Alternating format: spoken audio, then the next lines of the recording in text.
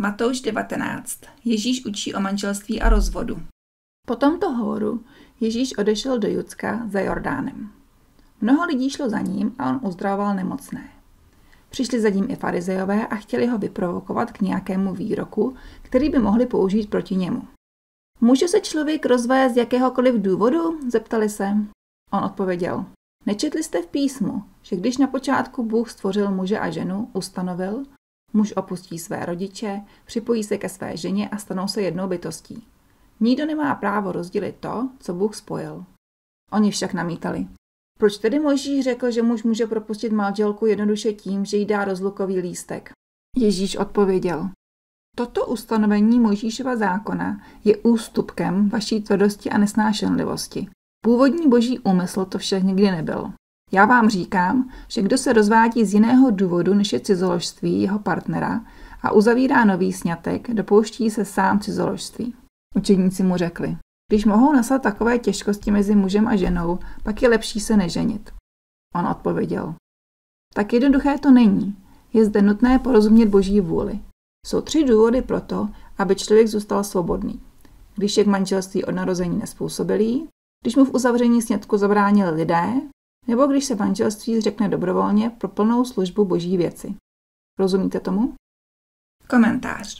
Toto jsme již podrobněji probírali v předešlé kapitole. Hlavní je nebýt pod zákonem, ale být svobodný a vedený Duchem Svatým, duchem lásky, každé osobní situaci. Ježíš žehná malým dětem.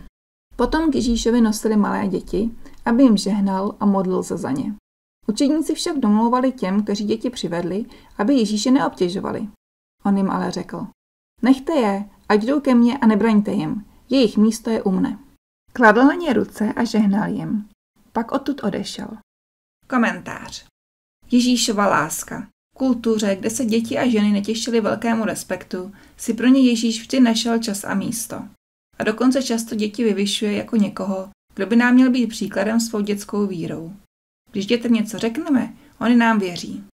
Stejně tak bychom měli my věřit, důvěřovat, naslouchat a dělat to, co nám říká náš nebeský Otec.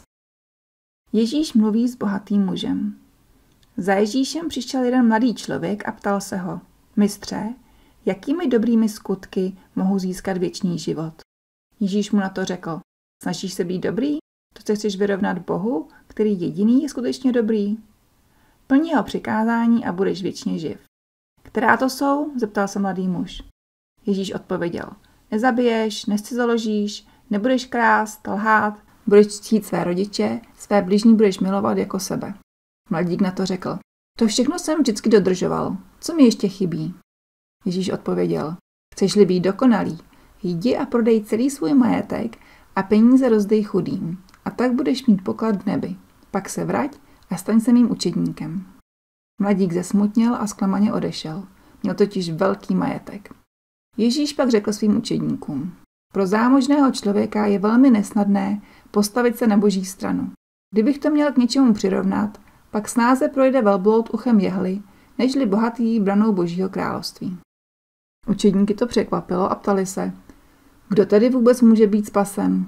Ježíš se na ně zadíval a řekl, v lidských silách to není, ale Bůh dokáže všechno. Petr se ozval a řekl, my jsme se vzdali všeho a jdeme za tebou, co nás čeká? Ježíš odpověděl, ujišťuji vás, že až přijdu, abych stvořil nový svět, nad kterým budu panovat v plné slávě, pak vás 12, kteří mne následujete, posadím po svém boku jako soudce celého Izraele. A každému, kdo se vzdá domova, bratru, sester, otce, matky, manželky, dětí nebo majetku proto, aby šel za mnou, všechno mu mnohokrát vynahradím a bude mít podíl na věčném životě. A překlad B21 to podává takto. Každý, kdo se vzdá toho všeho, získá 100krát více. Mnozí první budou poslední a poslední budou první. Komentář. Zde ve verši 26 nalezneme ten slavný slib. U lidí je to nemožné, ale u Boha je možné všechno. Ano, někdy po nás může Bůh chtít, abychom se vzdali někoho důležitého v našem životě. Většinou je to test, abychom mu dokázali, že on je pro nás důležitější než všechno a všichni ostatní. Jako odměnu nám dá 100krát víc. Tohle jsem osobně zažila a můžu potvrdit, že to, co získáme potom, je mnohem víc, než čeho se vzdáme. Navíc nás nenutí, je to na nás. Často se nám tato lekce v životě může opakovat. Pokaždé, když dáme někoho nebo něco před Boha, on nám to ukáže.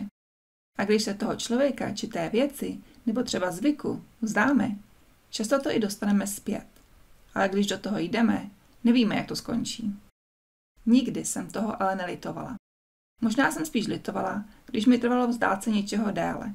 Přišla jsem o spoustu požehnání, nebo jsem ji už dávno mohla mít a místo toho se zbytečně trápila. Pokaždé, když po nás Ježíš něco chce, je to pro naše dobro. Někdy pro dobro těch kolem nás. Jako když se třeba někdo opíjí a pak je doma agresivní a tak dále. Pomáhá mi, když si pamatuji, že často změna rovná se Ježíš.